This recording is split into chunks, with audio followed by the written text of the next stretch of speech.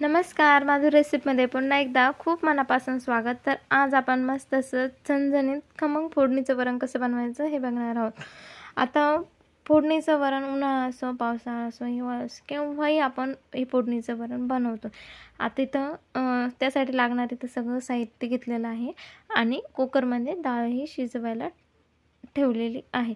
आता डाळ ही शिजून झाली बरं का, पण नेमकं असं झालं मला तुम्हाला ते दाखवायचंच राहिलं आणि घरामध्ये असं भरपूर सारा उजेड नसल्यामुळे मग इथं बाहेरच चुलीवरती मी वरण करत आहे। इथं तेल गरम झालंय, जिरं घालायचं आणि जिरं चांगलं तडतडू द्यायचं बरं का।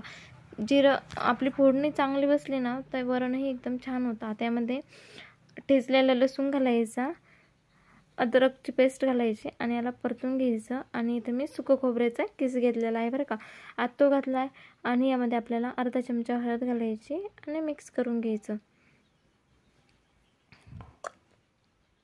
आता आपल्याला यामध्ये घालायचं 1 चमचा लाल तिखट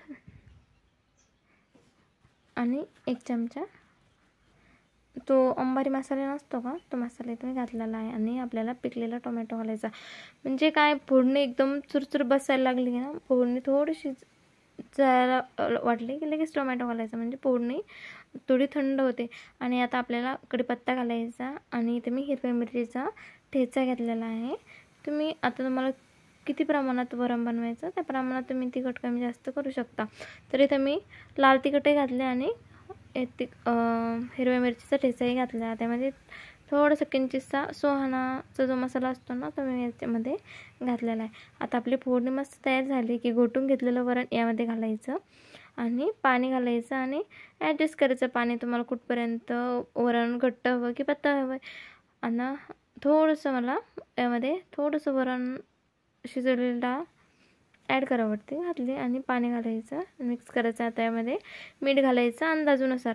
तर आता इथे मीठ घातलं आहे आणि याला चांगलं एकदम मिक्स करून घ्यायचं आणि आपल्याला याला चांगली मस्त दणदणीत उकळी आणून घ्यायची।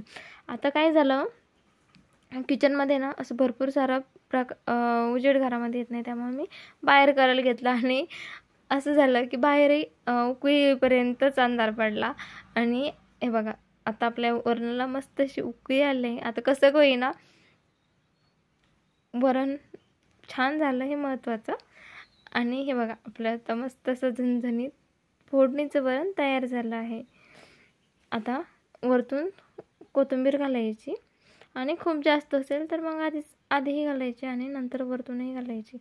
आता थोडीच कोथिंबीर असल्यामुळे मी वरतूनच घातली आणि आपलं मस्त असं झणझणीत खमंग फोडणीचं वरण तयार झालं आहे।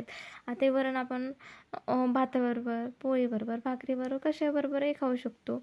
आणि कधी कधी भाजीला काहीच नसेल ना तर मस्त असं घ्यायची, डाळ शिजवून घ्यायची आणि मस्त असं फोडणीचं वरण तयार करायचं।